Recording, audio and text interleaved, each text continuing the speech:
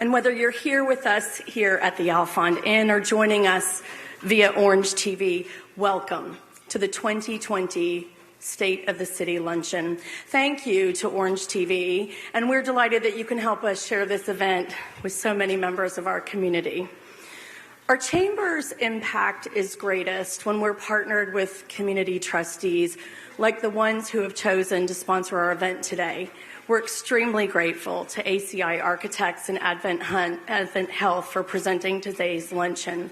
At this point, I would like to invite Julie Von Weller, the Director of Community Strategies for ACI Architects, to share a few words.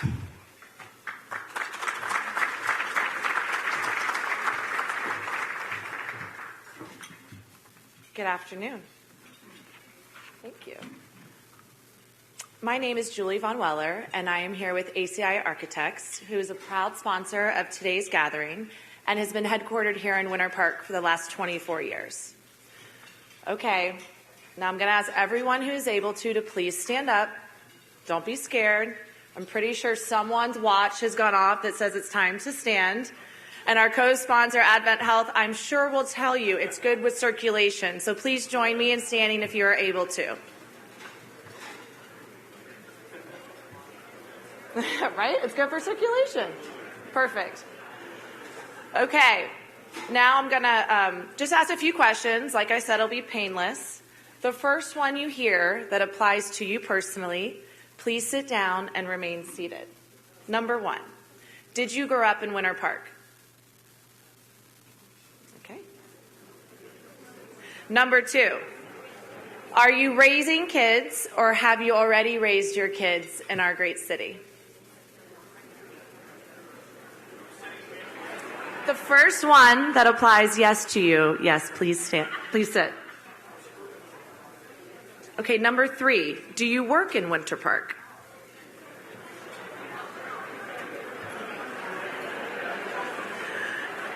That was a lot of you. Number four, have you ever volunteered your time, your talent, or your treasures in Winter Park?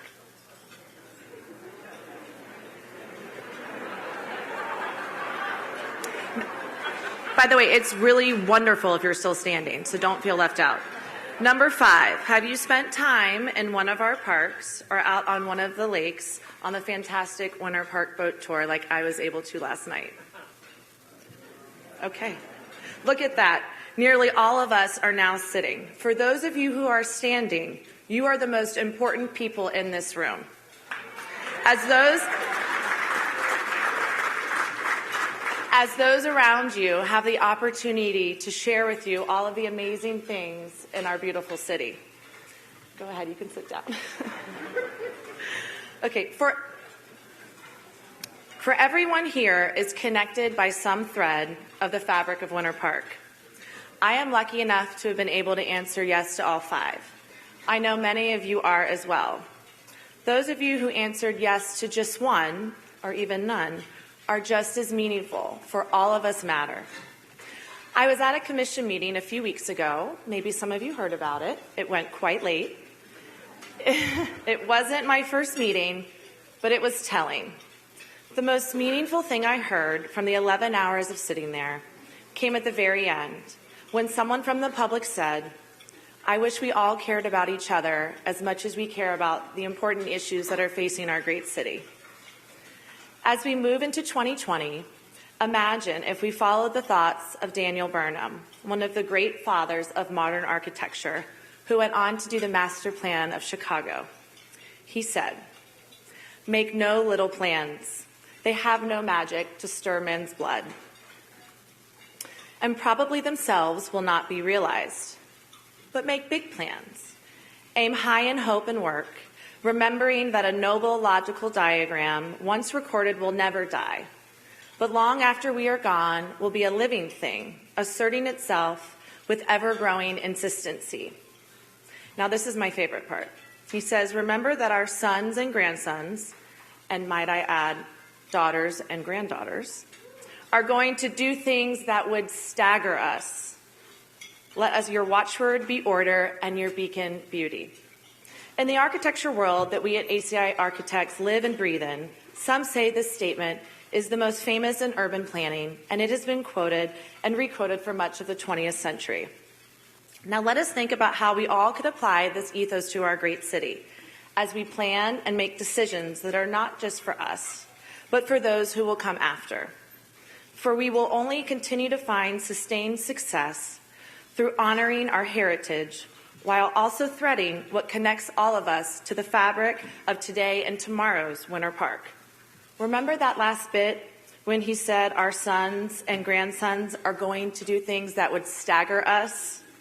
Let us not be afraid, but let us encourage. Let us cheer them on, but also let us participate for them until their time comes. And let's bring our neighbor along for the ride. From all of us here at ACI Architects, we hope you enjoy the state of the city.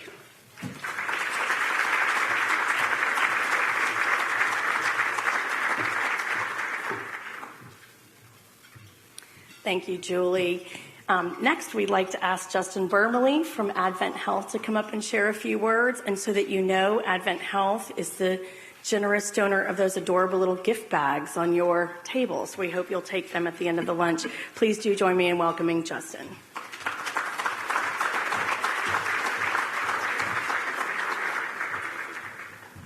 Good afternoon. I got to follow that, Julie. And yes, Advent Health does encourage circulation and standing, especially after eating. I'm Justin Birmele, and I am the new Advent Health Winter Park CEO as of about a month.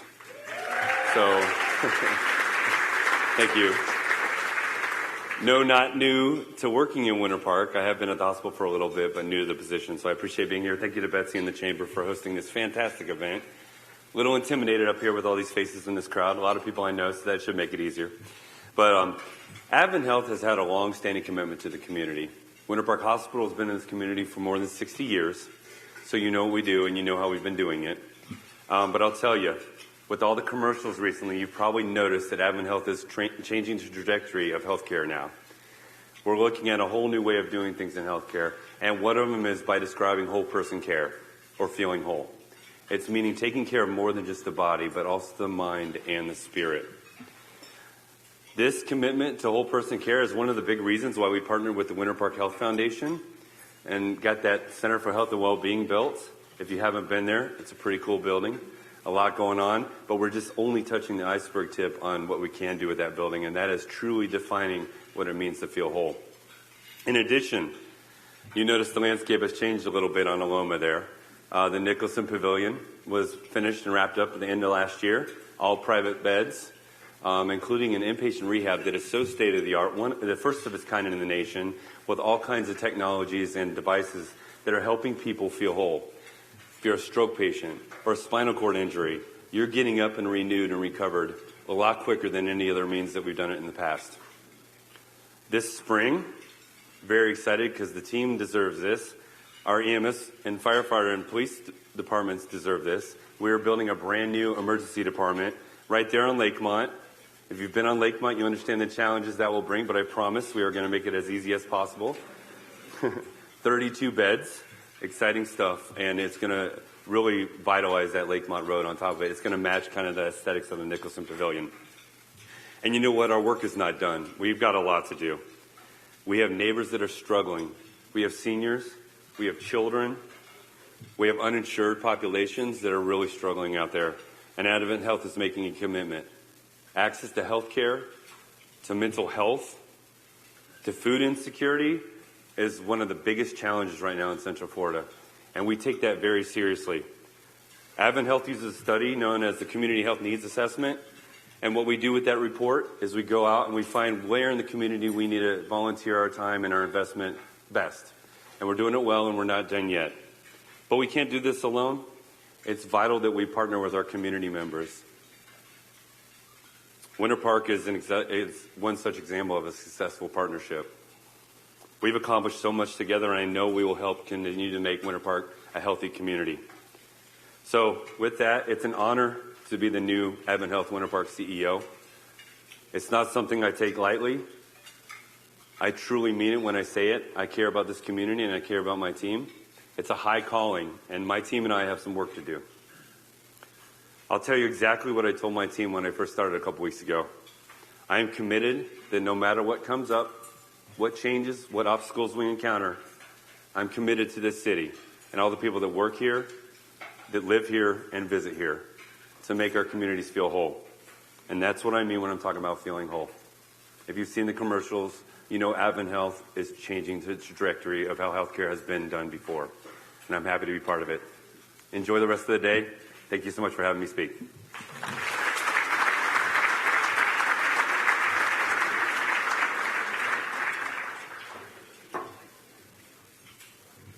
Thank you, Justin. I'd also like to recognize our supporting sponsors for today, Lowndes Law, MSL CPAs and Advisors, and of course, the Alfond Inn for having us here today. And I'd like to make a special mention that the flowers on your table were provided by Angela Katzer Events. We greatly appreciate your partnership.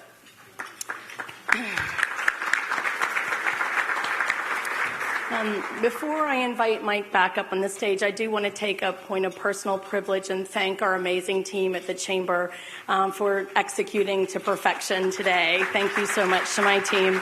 And will you please join me in welcoming back Mike Carolan.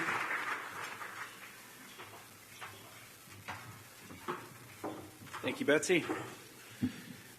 This annual event goes to show the great tradition of collaboration between the City of Winter Park and the Winter Park Chamber of Commerce. Today will feature Winter Park Mayor Steve Leary's annual State of the City address and the presentation of the city's Employee of the Year awards. It is now my pleasure to introduce Winter Park City Manager Randy Knight. Mr. Knight has served as City Manager since 2007. Prior to that, he served as Assistant City Manager for 14 years. He is a genuine, hands-on manager that humbly leads a staff of approximately 500 full-time employees with integrity. As a CPA, Mr. Knight has the discerning eye to manage a $172.5 million budget to effectively ensure that the city provides the highest quality services for residents, businesses, and guests. As City Manager, Mr. Knight informs our 5 elected officials of important issues, so they are able to make sound policy decisions that affect the citizens of this community. It is my pleasure to introduce our City Manager, Randy Knight.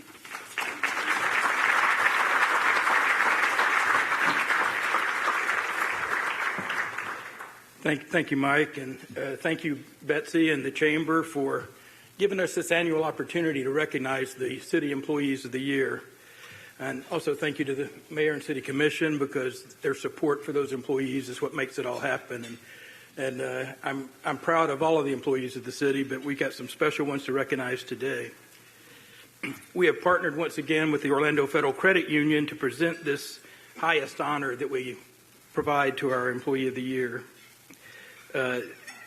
Orlando Federal Credit Union awards each of our winners $500 in cash for this award, so you can hit them up afterwards if you need a loan. I would like to ask the Orlando Federal Credit Union members that are here today to stand. Mr. Cliff Sweet, Vice President of Retail Operations, Ms. Sharon Berry, Vice President of Marketing, and Ms. Amanda Ramsberg, Business Development Manager.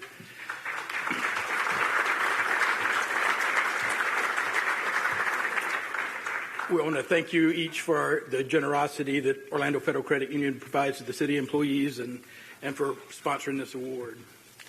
With that, I'd like to bring up Bront Stevenson, our Planning and Community Development Director, and his Employee of the Year, Allison McGillis.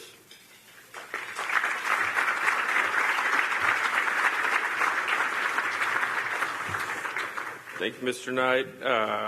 Those of you who know me know I'm not much of a talker, so I'll try to get through this. First of all, I want to thank the Chamber of Commerce and all of our sponsors for making this happen. It's a fantastic event, and we're truly grateful. I had to narrow this down from my original 5-page submittal of the Employee of the Year to, I think, 90 seconds, so we'll see if I can make that. First, I'd like to recognize members of Allison's family, her husband, my friend Tommy McGillis, if we could give him a round of applause. And you don't get fantastic people like Allison without wonderful parents, so if we could have a round of applause for Lee and Larry Kaufman.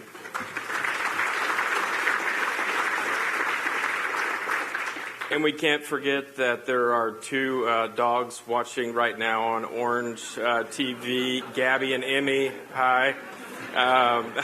So a little bit about Allison. She was born and raised here in Central Florida with 2 degrees from our wonderful community gym, Rollins College. Just in the last year, Allison passed her exam to achieve her American Institute of Certified Planners certification, which is the gold standard for those in the planning profession. She was promoted to a leadership position, now supervising junior planning staff. She is a member of Leadership Winter Park Class 30, and she was instrumental in the creation of the biggest and most exciting land use change in this generation, the Orange Avenue Overlay District. So, ladies and gentlemen, it is with great pride that I introduce the City of Winter Park Employee of the Year, Allison McGillis.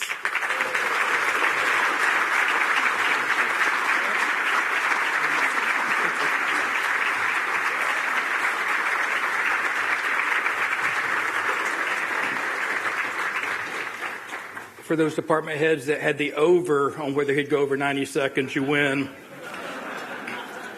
I'd now like to ask Fire Chief Dan Hagedorn to come forward and present the Fire Rescue Employee of the Year. Point of warning, watch out for the handshake.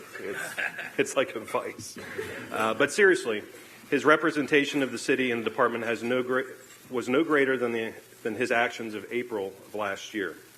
While off duty, he was traveling in a rural area in Lake County on State Road 44. He and a friend encountered a vehicle that lost control, drifted off the roadway, striking a power pole.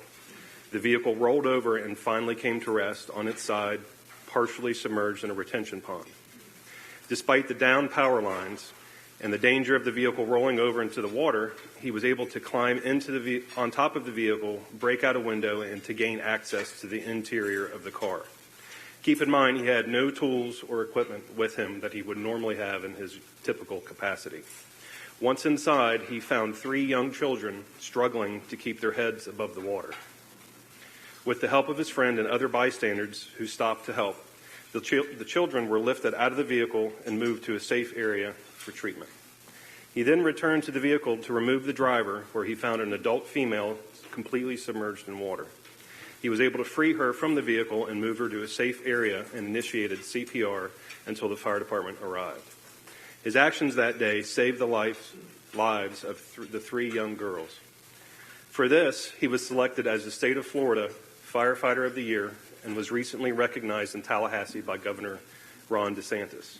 For his selfless actions, professionalism, and dedication to the City of Winter Park and the fire department, I am pleased to announce that he's not only earned Winter Park Firefighter of the Year, but today is also receiving one of the fire department's most prestigious awards, the Award of Valor. Ladies and gentlemen, I'd like to introduce firefighter paramedic Jacob Gershak.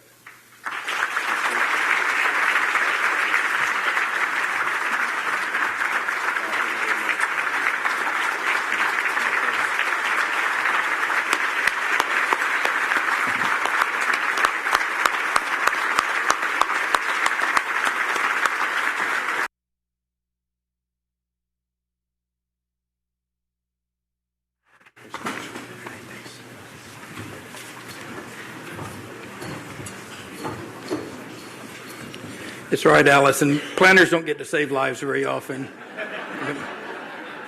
I'd now like to ask Police Chief Michael Dill to present the Police Officer of the Year award, Greg Girardi.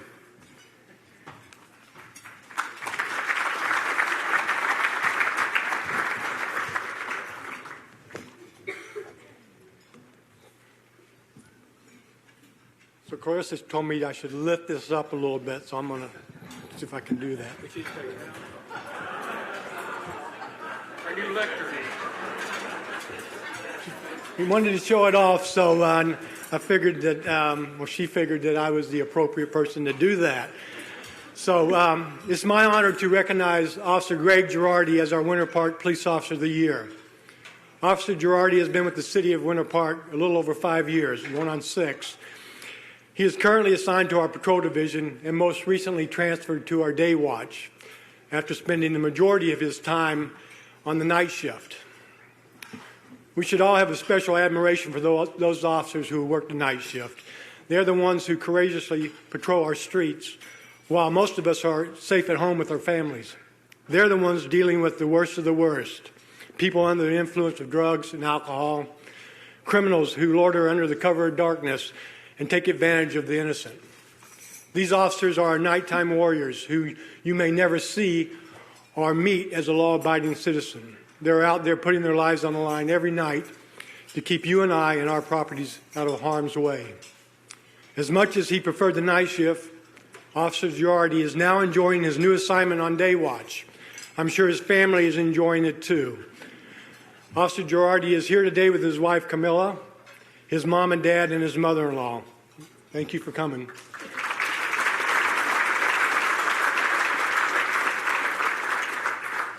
What amazes me most about Officer Girardi is his positive attitude and his enthusiasm for the job. He has a high level of energy and a true desire to make a positive difference in this community as well as our department.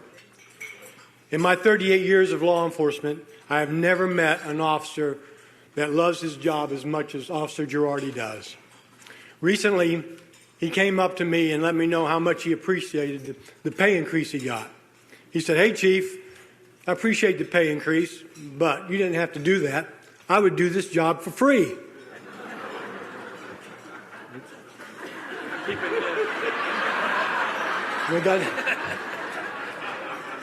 I'm sure his wife Camilla wouldn't agree with that, Greg. Officer Girardi also has a big heart. A few months ago, we received a call from a citizen who witnessed him talking to a family who had fallen onto hard times in front of Publix. Officer Girardi ended up going inside, purchasing a gift card with his own money, and gave it to the family. Officer Girardi has also made and been a part of many significant arrests in our city. One recent arrest, the subject was responsible for breaking into numerous vehicles. Officer Girardi interviewed the suspect, who ultimately confessed to breaking into all the cars and also confessed to stealing the concealed firearm that he had on his person from a car on a previous night.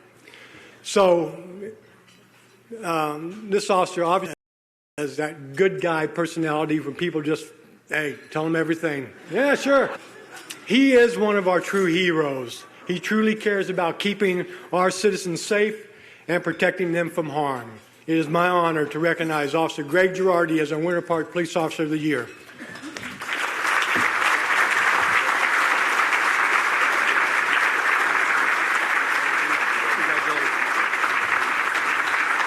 Thank you.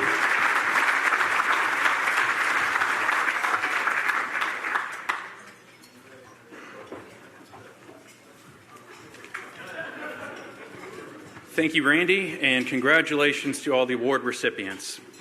And thank you to all the city staff who work so hard for us. And now, please welcome Steve Leary, Mayor of the beautiful city of Winter Park. Mayor Leary.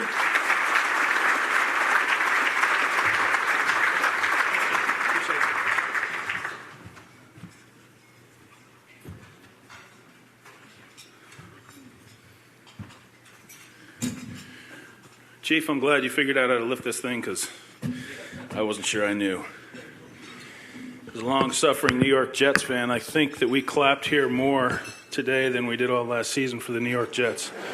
So thank you all for being here today. Thank you, Betsy. Mike, I think you took all my introductions of the elected officials away from me, so you saved everybody here about 5 minutes. So thank you for that. Before we go into the state of the city, I want to present this year's Mayor's Founders Award. The Mayor's Founders Award honors an individual, family, or organization whose commitment, dedication, and actions have built upon our founders' vision. It's a tough word in the morning, apparently. And they have developed Winter Park in the best place to live, work, and play for individuals and families of all ages. Each year's award is unique and reflective of the honoree. This year's honoree is a pillar in the greater Central Florida community, touching literally thousands of individuals and families across decades of service. There are many here who have been touched directly or indirectly by our honoree. Dr. Gregor Alexander's family escaped war-torn Germany and relocated to Colombia, where Gregor was born. Dr. Alexander received his medical degree from Javeriana University in Bogota, Colombia, and moved to Detroit, Michigan to begin his work. Gregor has lived the American dream. Speaking no English, he arrived in Detroit on one of those cold Detroit winter days. And if any of you have been in Detroit in the winter, you know what I'm talking about. He was directed to go to the donut shop across the street from the hospital to meet his team. So not only did he not speak any English, he also had no idea what a donut was. It's a true story. But he persevered. He met his team and began work the very next day. He eventually moved on to Jackson Memorial Hospital in Miami before coming to Central Florida. For more than 42 years, Dr. Alexander, through his work at Orlando Health Winnie Palmer Hospital for Women and Babies, has helped bring life to and save lives in our community. Under his leadership and working alongside another great Central Floridian, Mr. Arnold Palmer, the NICU grew from a 6-bed unit in 1975 to a 142-bed unit in 2016, when it became the largest NICU under one roof in the country. The tiniest, most at-risk babies and mothers found a miracle worker in Dr. Alexander and his team. Through his work with extraordinary neonatal professionals, Dr. Alexander has cared for more than 45,000 critically ill children. 45,000 critically ill infants and their mothers. Dr. Alexander and his wife Annie, who's with us also here today, and their 15-year-old, as of yesterday, 15-year-old son Gabriel, are residents of Winter Park. Communities are comprised of and defined by its residents. Dr. Alexander is a gift to Winter Park, our region, and beyond, as families travel across the globe to have their at-risk babies delivered by this gentleman. Many of you know that I handcraft these awards to meet the individual honoree.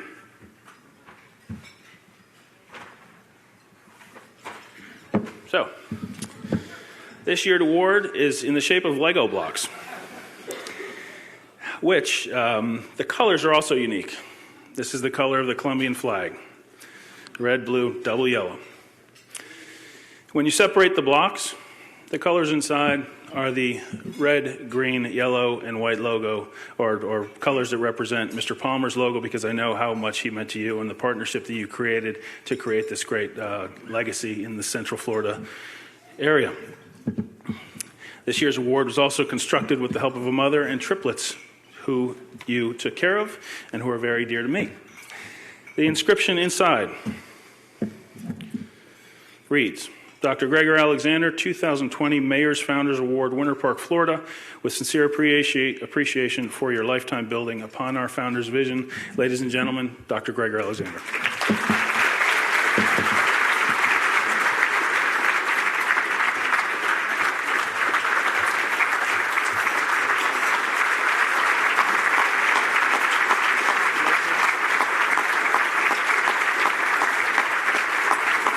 Wow.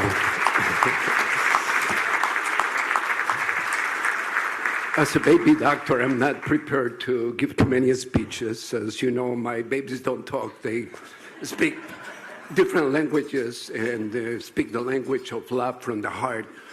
But I'm the best country in the world and the most beautiful city in the world, and I have traveled all over the world.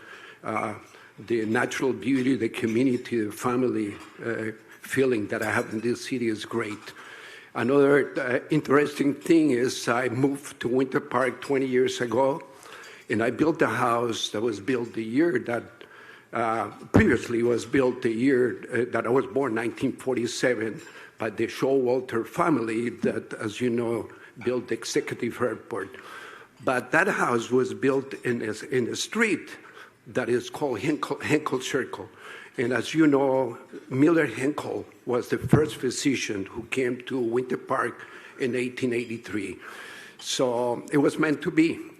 I came over here, and I'm going to live the rest of my life here. I accept this award on behalf of my beautiful soulmate wife, Annie, my 4 grandchildren, and my 4 children, and all the 45,000 babies that had touched my life, that had made me a better person. And even though I'm right now in transition in my life, I'm not done. You know, I hope to continue my career caring for babies in Central Florida, maybe in Advent Health, as I... I have now a connection with the president of Admin Health Winter Park. So, and by the way, we built the neonatal unit in Winter Park in the 80s, and also Florida South too. So anyway, thank you so much for recognizing me. I really very honored. I didn't expect that, and Steve really surprised me. And it was a great honor, by the way, Steve and Carolan, to take care of your 3 beautiful children that were born 3 months early. The same day, we have 2 other sets of premature triplets born and 2 premature set of twins. So we have 13 babies born in 6 hours. And the next morning, Carolan and me, we're being interviewed at the Today Show for the uniqueness of that day. So anyway, thank you so much. I spent more than 90 seconds, and I appreciate it. I love you.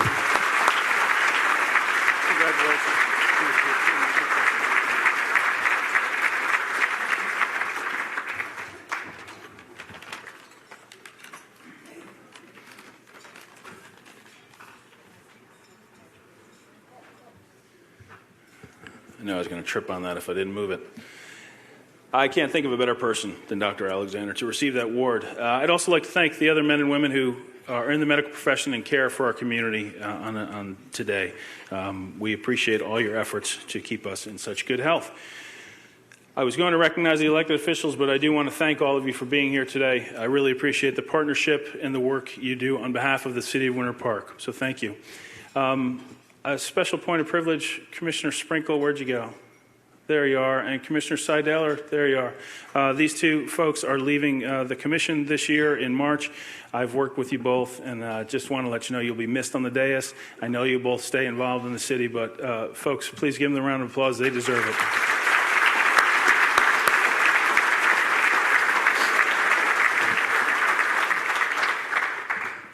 Thank you, Betsy. Thank you, Chamber. Thank you to our citizen advisory boards. I see many out here. Thank you to our sponsors. Thank you, Julie. I think you gave the state of the city. I don't think I need to say much, but I appreciate it. Thank you, City Manager Randy Knight and our staff for a wonderful, wonderful city that you maintain and take care of. Now, Winter Park is in phenomenal shape. Phenomenal shape. First, financially. For the 12th straight year, we have held the millage rate at the same rate. Winter Park has the 3rd lowest millage rate in all of Orange County. As well, by year's end, we will have close to 30%, if not more, of our general fund in reserve. Folks, from 2019 to 2020, the taxable property values in Winter Park rose by 8.8% in 1 year. And from 2015, I think that's when I was elected first, right, Randy? To 2020, from 2015 to 2020, taxable property values in Winter Park are up 48%. 48% in 5 years. That's pretty good. I think tax collector Randolph would say thank you very much. Right, Scott? Beyond overseeing the financial stability of Winter Park, a major responsibility of the Commission is to set policy to manage our present and plan for our future. Some of the more prominent projects that I'll speak of have taken months and years to come to fruition. The undergrounding of Winter Park Electric's distribution lines are on pace. We are on pace for the 20-year plan that we promised when we purchased the utility, and we should have all distribution lines buried in the city of Winter Park in the next 7 years. And based on our most recent rate negotiation for bulk power, we are saving over $1 million annually for Winter Park residents. As well, the work that you see going on along Fairbanks between I-4 and 1792 is the undergrounding of the large transmission lines that bring power into the city for us to distribute. Those are not our lines, those are Duke Energy lines. We are undergrounding them. It is a $16 million project. It's taken us about 9 years to get to this point, and we really appreciate the work with FDOT on that. There's now a 3-foot tunnel that runs all the way from McDonald's under 1792 and Fairbanks to the other side of Walgreens. So, pretty cool stuff. Boring a 3-foot tunnel under one of our major corridors. This work is being completed in partnership with FDOT and Duke. And it's also, as I said, being paid for through state funding. $16 million in state funding to benefit the residents of Winter Park. The Winter Park Library and Event Center's guaranteed maximum price has been approved, and we are moving forward on a world-class facility. From the very start, the city worked with the Winter Park Library to ensure the project meets all of their needs. Are there any folks from the library here today? All right.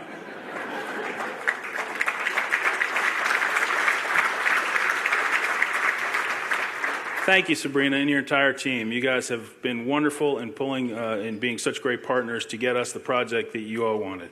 In addition to the $30 million that residents approved for the project, plus $1.5 million in bond proceeds, we were also fortunate to secure a $6 million grant from the Tourist Tax Development Fund, roughly $2 million from organizational and individual donations, and roughly $2 million from our own CRA. Look for the groundbreaking later this year, and we will hope to be complete by the end of next year, 2021, and you'll be there for the official ribbon cutting.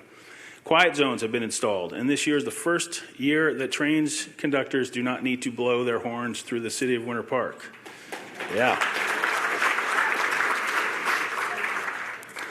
And for the past few years, we've been working with the state to finalize the acquisition of the Howell Branch Preserve. It happened a few years back when we negotiated the price. It's just taken a while to get through the paperwork, but what originally started out as a $2 million grant just for the acquisition turned into $2 million for the acquisition and cleanup. We're looking forward to the plans being developed this year. It will be a 55-acre natural park where you can walk, hike, paddle, whatever you like to do through there. It's not going to have pavilions. It's not going to be a big open space, but you can go enjoy nature, and it'll be a wonderful place once we get it done.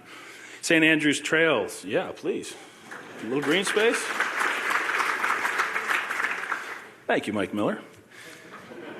St. Andrews Trail plans are also being finalized so that we can bury an old drainage ditch and create a connection point to the Katy Way Trail. This also is paid for by state funds. This is about a $2 million effort. Along with the new lights on our Little League fields, we've added over 200 parking space at Katy Way and Showalter Field Complex to better serve the families that are out there watching sports activities on weekends and in the evening. Denning Drive is complete. We're working on some tweaks, but it is a much more appealing Winter Park-ish boulevard, and it's much more functional than it was before, and it will connect Webster almost all the way down to Mead Gardens. These projects have taken some time to get to the point where they are, but will all be well utilized when complete. None of these projects could have been completed without great partners. Every one of those I mentioned had partnerships at the local and state level, and I want to thank our partners who really come in and not only fund, but help us imagine and help us complete these things. We cannot do it alone, folks, and we really appreciate all the work that we get done with our partners. We have the responsibility to continue to improve our assets and develop a more complete offering for residents, prospective residents, businesses, and guests. This past year, the City Commission seated a task force to help us reimagine Orange Avenue. Along Orange Avenue, from Einstein Bagels to Fiddler's Green, we have 3 major properties ripe for redevelopment. These properties could have redeveloped on their own, just independently to meet their own needs. Rather, the task force worked with property owners and nearby residents to create an overlay district that utilizes the redevelopment opportunity to address some long-standing corridor issues. Commissioner Sprinkle once said, and I'm paraphrasing here, why shouldn't the people that live and work along that corridor have a place just as special as Park Avenue and Hannibal Square? Property owners who are unable to bring their properties up to current code due to parking or water treatment deficiencies will now have the opportunity to leverage shared assets.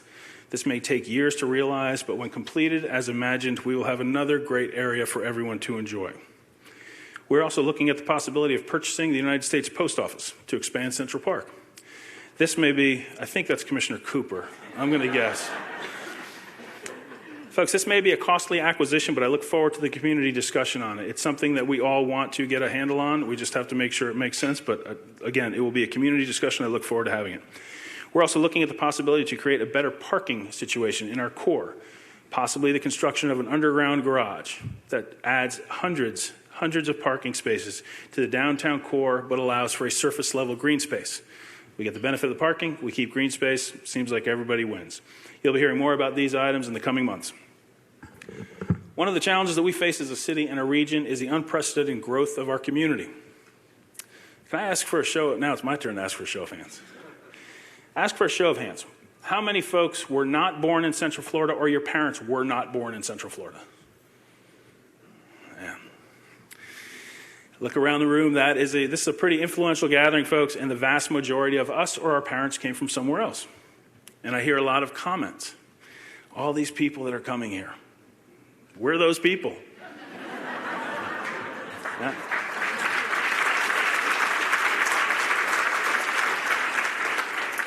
We chose Winter Park for any number of reasons and made it our hometown or our home to our business or possibly both.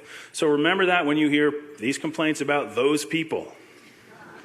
In the past, I've honored Congressman Micah, Mayor Alan Trevelyan, Father Walsh, Vincent Gagliano, today Gregor Alexander, and many others that come from somewhere else and have left an indelible mark on our community. We are part of a growing region, an important park.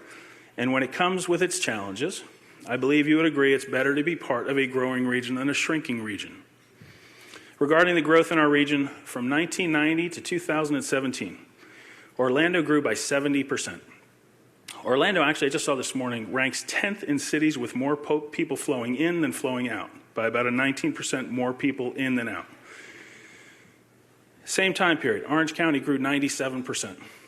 Apopka, 238%. Oviedo, 254%. Winter Garden, 340%. Winter Park during that entire period grew 23%. There is growth in the area. It's not necessarily Winter Park, but we definitely feel it. As a matter of fact, during that time period from 1990 to 2017, Winter Park only contributed less than 1% to the entire population growth in Orange County. Doesn't matter if we feel the growth of our neighbors, though, right? We'll continue to work with our neighbors to seek out ways to manage the growth around us that cuts through Winter Park. We're working on it. It's not an easy thing, but we're working on it. While I'm at it, I'd like to recognize a few other individuals. At my table are Lambrini and Ronnie Mashesky. Lambrini, together with other local families, turned an old garden and nursery location into Cocina 214. Sorry, I was showing 214. Their success in serving local families and guests has led to another location in Daytona that also seems to be doing very well and has received great accolades. Lambrini is also an active member of our community. He's served on the Chamber, the Winter Park Merchants Association, the Orange Avenue Overlay, and others. Lambrini, thank you for your vision, your commitment to our community. You bring a lot to the table, and Ronnie, too. Thank you both very much.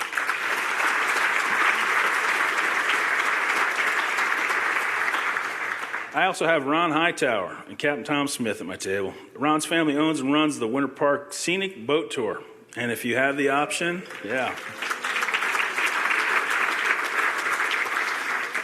if you have the option, get on Captain Tom's boat. This business has been serving Winter Park since 1938, showing residents and guests a unique view of the city. I think when I have folks come in, that's the first thing I tell them. They're staying at the Alfond, just walk a couple blocks north and make a right and get on the boat tour. It's one of the assets of our community and one that you can enjoy over and over again. Thank you, Ron, Tom, for being such great ambassadors for us. We appreciate the work you do.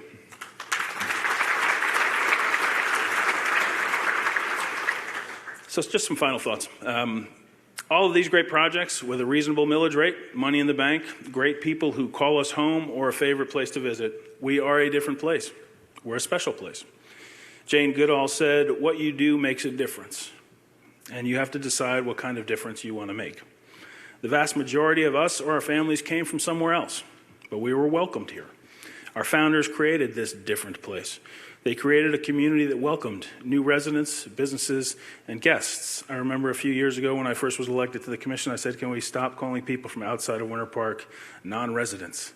How about I was raised to call people that came into my house guests? So I think we have done a nice job of making sure that we treat people as guests, and I'd like that to continue. There's an effort, both nationally and at the state level, to create homogeny, a one-size-fits-all mentality. I serve as the chair of the Orange County Council of Mayors. We are one another's biggest competitors for new residents and businesses and guests, but we're also one another's greatest allies. We celebrate our differences and recognize that when packaged together, our differences make up a greater whole. When Tallahassee or D.C. preempt local control of zoning regulations, they hurt each of our individual communities in our greater region. Currently, there's a bill rapidly making its way through the legislature that would preempt local control of short-term rentals.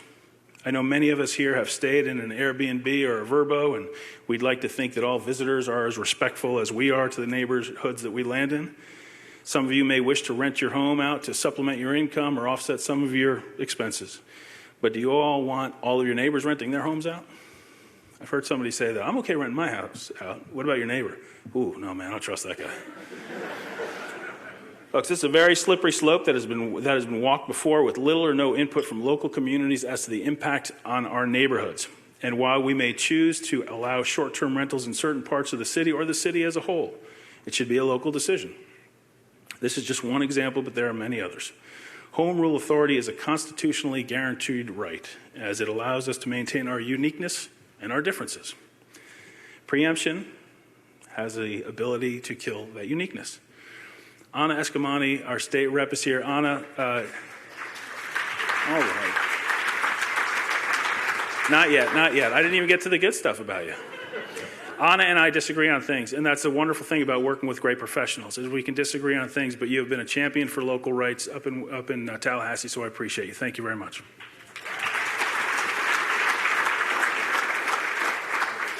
In the past, I've spoken about the canvas that we have been blessed to inherit and of generational customization. Each generation has been able to craft a winter park that is true to our brand, but flexible enough to meet the needs and wants of current residents. It does no good to bemoan the growth. Let's unite around working with one another to continue to build on our founder's vision. Let's be different by welcoming people, by welcoming new neighbors, new ideas, so that we can continue to meet the desires of our community. Betsy, thank you again. I can see over the top here. I want to thank everybody for making the time to come out here today. Thank you for your commitment to the Chamber. Thank you for the commitment to the community. Thank you for all that you do to keep Winter Park such a special place. I really do appreciate all that you do and all that you bring to the table. Have a wonderful weekend, folks.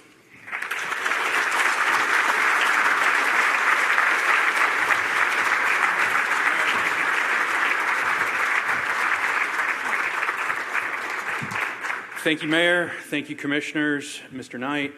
And again, congratulations to all the award winners. Thank you to our sponsors, ACI Architects, Advent Health, Lowndes Law, MSL CPAs and Advisors, the Alfond Inn, Angela Katzer Events. Thank you for joining us, everyone, and have a wonderful rest of your day.